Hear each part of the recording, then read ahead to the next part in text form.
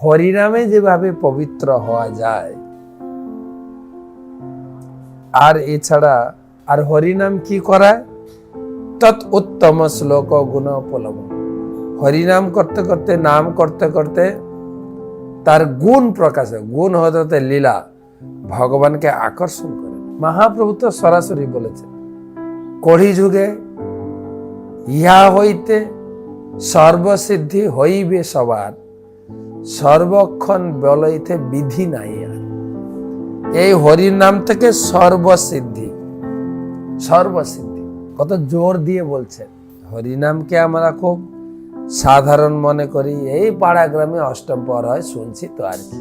বাড়িতে কোনো অনুষ্ঠান করলে লোকে হরিনামেও শান্ত হয় না। প্রত্যেক কাজে যজ্ঞ টজ্ঞ করতে হয়, অন্নপ্রাশনের যজ্ঞ, গৃহপ্রবেশের যজ্ঞ। আর এই যজ্ঞ তো ত্রেতা যুগের ছিল, কলিযুগের একটাই যজ্ঞ হরিনাম। হরিনামের উপরে বেশি জোর দেয়। মহাপ্রভু বলেছেন, নাম নামকারী বহুধা নিজ সর্বশক্তি স্তোত্র অর্পিত। ভগবান কলিযুগে তার সমস্ত নিজস্ব শক্তি নামে রেখেছেন, সর্বশক্তি স্তোত্র অর্পিত। সেই সঙ্গে আরেকটা বিশেষণ হচ্ছে নিয়মিত স্মরণের কাল।